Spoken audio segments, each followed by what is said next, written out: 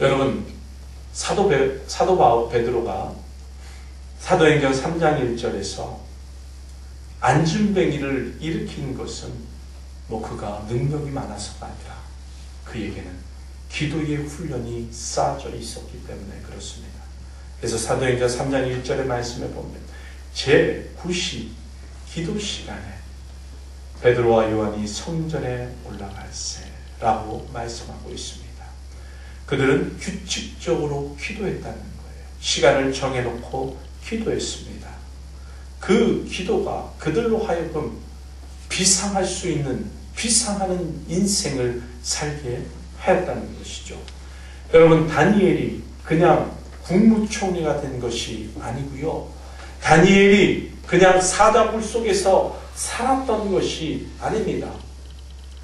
굶주린 사자굴에서 그냥 살아나온 것이 아니에요. 그는 총리로서 바쁜 와중에도 하루에 3번씩 예루살렘을 기도했을 뿐만 아니라 왕이 조서를 내려 다른 신들에게 기도를 금하는 그 순간에도 죽을 것을 알고도 시간을 정해놓고 기도했다는 사실. 예수님은 새벽 미명에 언제나 기도하는 인생을 기도하시고 사역을 하셨다는 것을 기억해야 할 것입니다. 조지 휘필드라는 분이 계시죠. 이분은 밤 10시에 자서 새벽 4시면 일어났습니다. 그래서 밤 10시에 사람이 찾아오면 이렇게 얘기했습니다. 모든 선한 사람이 잠자리에 들 시간에 왜 찾아오셨습니까? 그러니까 10시 넘어서는 잠을 자고 새벽에 일어나 하나님께 기도로 하루를 시작했다는 거죠. 여러분의 인생 가운데 추락하는 그 순간을 만나셨습니까?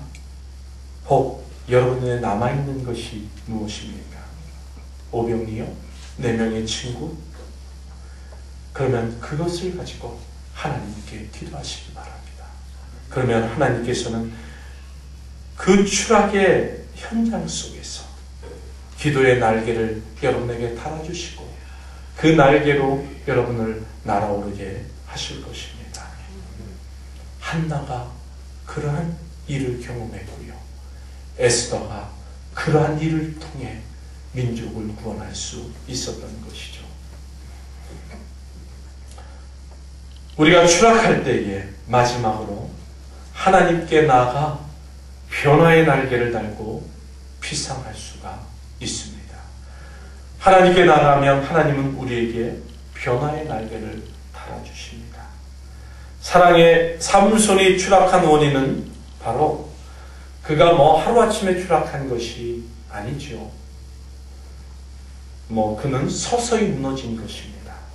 유혹 앞에 무릎을 꿇고 죄 앞에 무릎을 꿇고 그래서 죄는 그로 하여금 정말 하나님 앞에서 승승장구하던 그의 인생을 하루아침에 곤두박질쳐 저 밑바닥 인생을 살게 만들었습니다. 많은 추락하는 사람들을 보면요, 큰 것으로 넘어지지 않습니다. 작은 것으로 인해 넘어지죠. 그래서 사단은 우리를 넘어뜨릴 때요, 큰 것을 가지고 우리를 넘어뜨리지 않습니다. 아주 작은 습관 하나, 약점 한 가지를 가지고 우리를 넘어뜨립니다.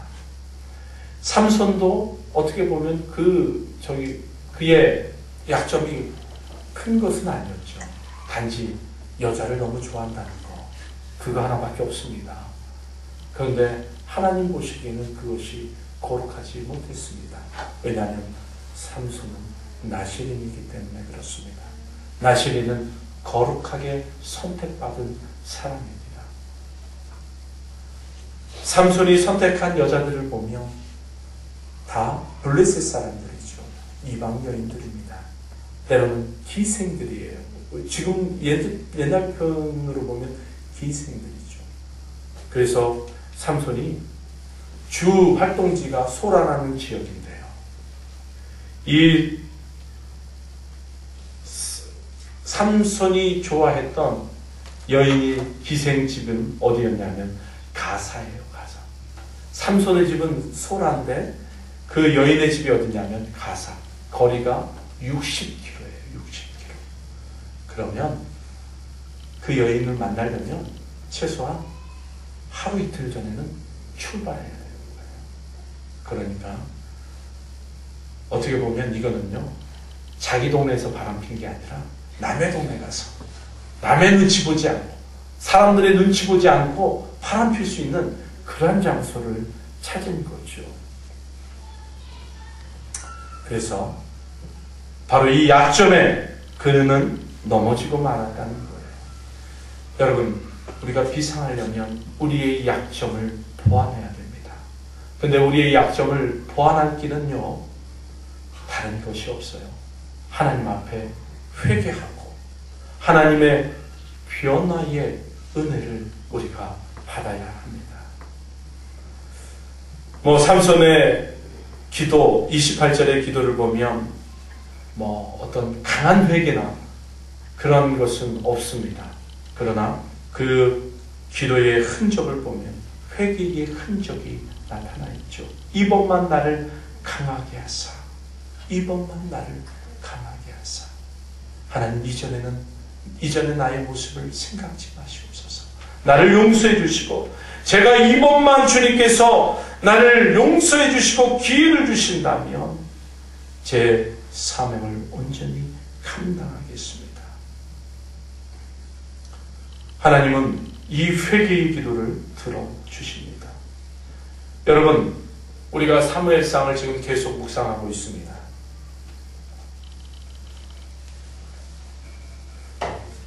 요즘 말씀을 묵상하다 보면 말씀의 주인공이 누굽니까? 사울과 다윗이죠. 여러분, 사울도 추락한 적이 있는 사람이고 다윗도 추락한 적이 있는 사람입니다. 그러나 다윗과 사울의 차이점이 있다면 하나님 앞에 진정한 회개를 하였는가 못했는가요? 하나님 앞에 회개한 다윗은요, 하나님께서 그의 잘못을 용서해 주시고 기억치 않으셨어요. 그러나 회개치 아니한 사울, 그는 계속해서 하나님 앞에 범죄함을 저질렀을 뿐만 아니라 하나님께서 그를 심판하셨습니다. 예수를 믿는 우리에게 특권이 하나 있다면 그것은 우리 예수님으로 말미암아 우리의 죄가 주홍같이 붉을지라도 주님께서는 흰 눈같이 양털같이 우리를 희게하여 주시고 용서해 주실 뿐만 아니라 죄악을 기억지도 않겠다라고 말씀하고 있습니다. 사랑하는 성도 여러분, 우리는 늘 실수할 수 있고 그 실수로 추락할 수 있습니다.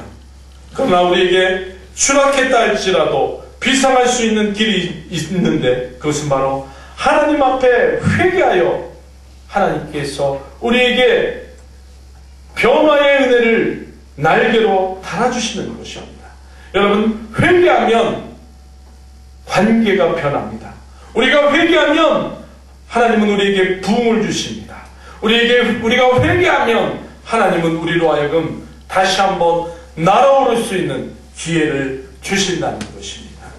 그래서 우리는 하나님 불신한 것을 회개하고 하나님 말씀을 신뢰하지 못한 것을 회개하고 우리 안에 모든 불신의 모양을 던져버리면 하나님께서 우리에게 응답하여 주실 것입니다.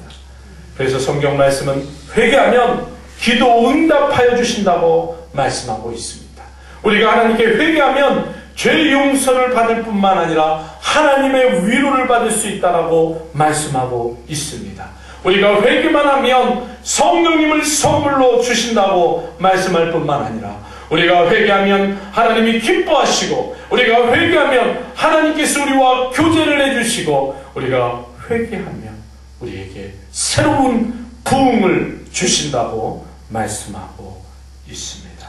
사랑하는 성도 여러분, 우리가 추락했다 할지라도 다시 피상할 수 있습니다.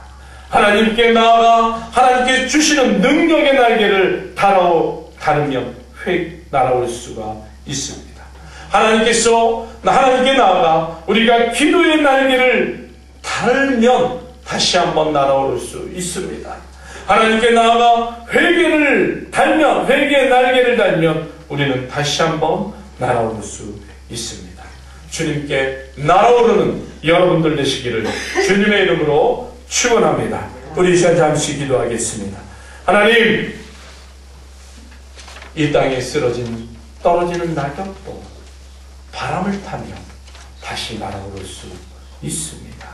하나님, 우리 인생도 하나님께서 붙잡아 주시며 날개를 달아주시며 추락한 그 현장 가운데서 날아오를 수 있음을 고백드립니다. 하나님, 실패했다고 해서, 추락했다고 해서 낭망하고 절망하는 것이 아니라 우리 주님께 나아갈 수 있는 믿음을 주시옵소서. 그리하여 주님으로부터 세임 공급받고 살아갈 수 있도록 주님 도와 주옵소서. 우리를 원하신 예수님의 이름으로 감사하며 기도드립니다. 아멘.